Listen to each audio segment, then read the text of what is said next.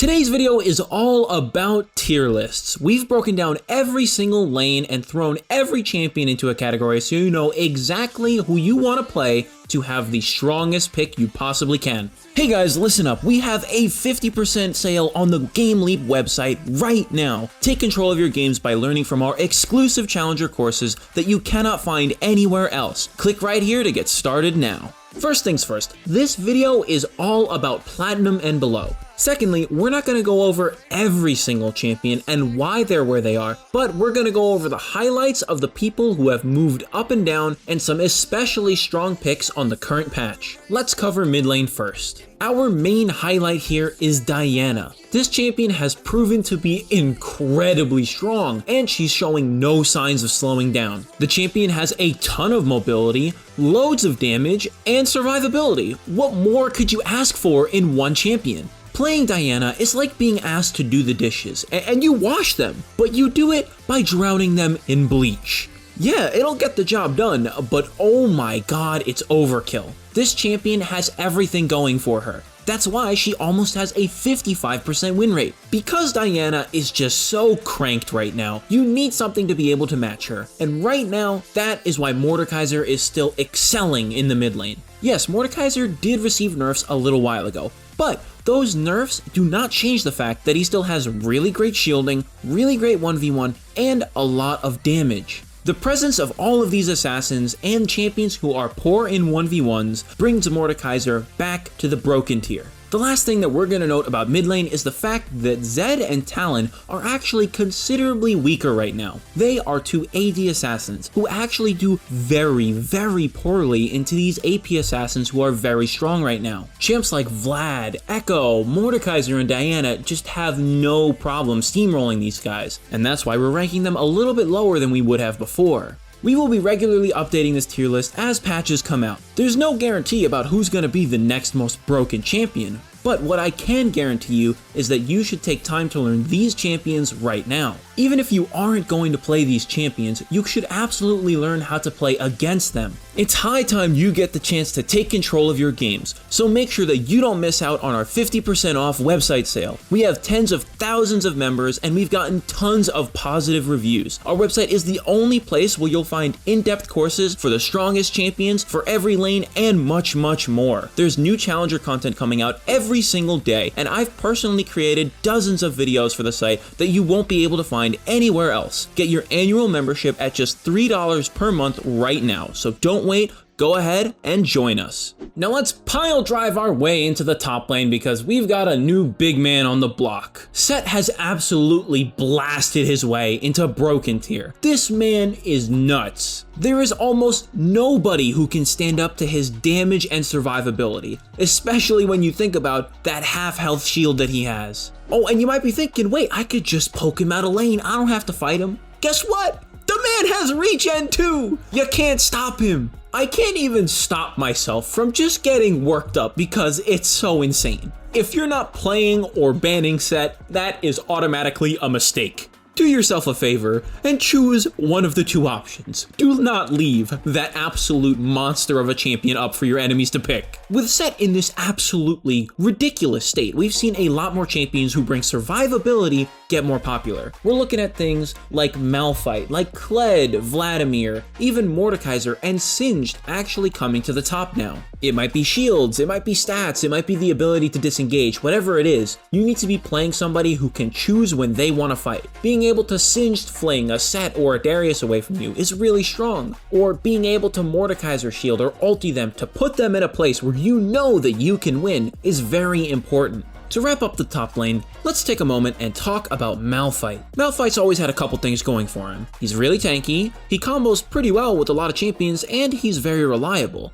But for a while, he had a hard time fitting into top lane because a lot of the picks that were popular just did super well into him. But now, oh, the tables have turned. Set and Darius, those are the top two champions for top lane on this patch. It's no surprise that Malphite is going to do well. Between his E slowing their attack speed, his Q allowing him to kite them really well, his passive shielding, and his natural armor bonus, well, he's just gonna steamroll them. There's also a bit of an honorable mention here for somebody who was almost gonna make it into the top tier, but he's just not punching as high as we thought he would have. With all of these all-in style, auto-attack reliant, high-health champions, we expected Shen to be doing better than he has in the past. Shen's got shielding, a way to block auto attacks, CC, and a global ultimate, which sounds really nice in this case, but it just doesn't seem to be quite enough. His performance is nowhere near that of Set's, but if you have really nothing left on the list above it to pick, Shen is a very solid champion that should get you through just fine. With top lane wrapped up nicely, let's go talk about the Bush Boys. First up, let's just get the obvious one out of the way. Echo has been smashing the jungle, and he's not getting any nerfs. There's no surprises that this man is still top tier. He is absolutely insane in the jungle. But we have somebody to dethrone him now. Somebody who has an even higher win rate. Somehow we are in a world where a single champion has the highest win rate in 2 different positions. Set is completely demolishing the jungle. Riot just wasn't satisfied with bringing wrestling to the top lane. Now, it's gonna go everywhere. Did you think that you weren't gonna get punched in the face because you played mid lane? Set Jungle does not care about what you want. He just wants to hit you in the face. If you learn nothing else this entire video, which I really hope is not the case, just please pick or ban Set. If for some ungodly reason you find yourself playing against Set, Olaf is a great pick. His ultimate makes it so that he can't pile drive you, and your natural lifesteal and true damage does pretty well against the guy. With a couple more tanky champions finding their way towards the upper sides of the jungle tier list, you're also gonna want to pick Trundle more often now. The man does really well into people who build resistances and health. Set, Olaf, Zac, and Nunu being great examples of this. A lot of assassins are also strong right now, both AD and AP. We're seeing a lot of success from AP Shyvana, Shaco's also performing excellently, and Nocturne is also doing pretty well. These 3 champions have at least some ability to contest the absolute top dogs of Set and Echo. An honorable mention to keep in the back of your mind for jungle is Vi. She actually has a lot of good tools for dealing with champions like Echo and Set. She's not exactly going to be as ridiculous as those two, particularly Set, but she's still very good right now. With the tree trespassers out of the way, let's jump over to bot lane. Alright, now that we're here, just hear me out. Senna and Miss Fortune. These 2 champions already dominated the bot lane, but we also got that Stormrazor nerf of -5 AD. This makes it so that the gap is even bigger. Senna has incredibly high damage, great range, long range abilities with CC, and healing for herself and her allies that also damage the enemy. She's just great. She's amazing right now. And Miss Fortune, on the flip side, offers slows at a long range, lifesteals very well, has the ability to poke while farming the wave, and has a very strong ultimate. When you look at who's just right behind them, you're gonna find a lot of similarities in Ashe and Jinx. You're looking at long range poke, the ability to farm and harass at the same time, very crucial ultimates. These are the key strengths of the best AD carries right now. But of course, as we know, bot lane is a lane for 2 people. How these champions mesh with the most important supports right now is what really makes them shine. We'll cover their specific synergies when we get to the support list. Let's talk about who got the real short end of the stick here. Caitlyn was one of the prime users of Stormrazor, and that 5 AD nerf actually made a difference. Right now, her performance has taken a significant hit, and she's dropped a couple tiers because of it. Aphelios was in a similar boat, but he just didn't get nerfs to an item. He got nerfs to a lot of his kit all around. Our last AD carry to talk about is Twitch, and this champion has actually been doing quite well lately. Over the past few patches, his win rate has been climbing from 50% to now well above 51%. The real tipping factor to pay attention to here is the support meta. Twitch is strong when he has squishy targets to attack in the early game, but right now he just gets locked down and abused by the very tanky champions. Twitch seems to be doing alright, and if any buffs come his way or more buffs come the Enchanter support's way, we might see him as a top tier AD carry. Now let's wrap everything up with the support side of things. Our top 3, Nautilus, Blitzcrank, and Leona, are undoubtedly the best bang for your buck supports right now. They are pretty simple to play and very strong, especially Nautilus and Leona with their new builds of rushing Stoneplate.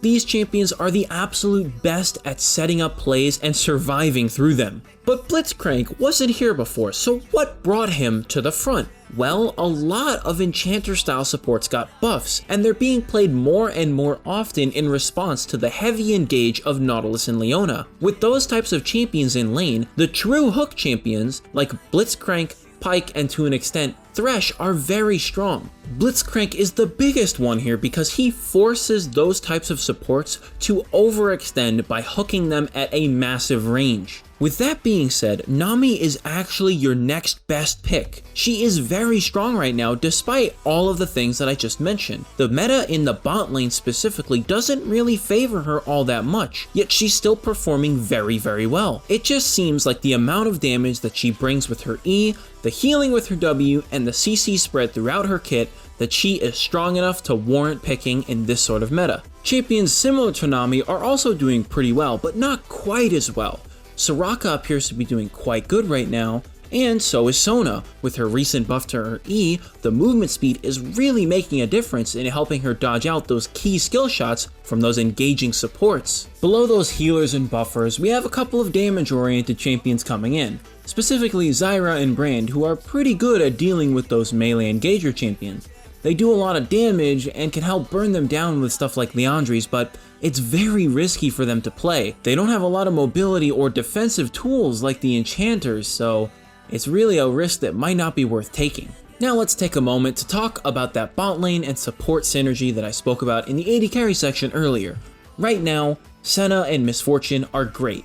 Nautilus, Leona, and Blitzcrank are the great supports. So where do these two mesh? The only thing that Senna and Miss Fortune are lacking is mobility. This naturally makes it dangerous for them to deal with skill shots. The two tankiest supports in the game right now, and the support who has the longest range engage, are what's making the difference here. If that Senna or if that Miss Fortune steps up, the Nautilus and the Leona should be there to tank for them and intercept things for them. On top of that, with their superior CC that can easily hit multiple targets and block people, they can counter-engage on opponents who are seeking to attack their AD carries. In this case, on their own, they make up for one of the greatest weaknesses of the two strongest AD carries right now. And when you think about it, the next tier of supports can do the same thing to a certain extent. Sona has the AoE stun to prevent engages or counter engages that already happened. She also has healing and movement speed to help them reposition. Nami gives movement speed, has healing, has two different kinds of CC. That's present there too. They have a way, but not every single way to stop their opponents. Today you've seen a lot of champions on our tier lists, and almost all of them are worth playing. Just because some champions are worth playing or are able to be played without really considering yourself trolling by picking them does not mean that they are the best possible picks that you want.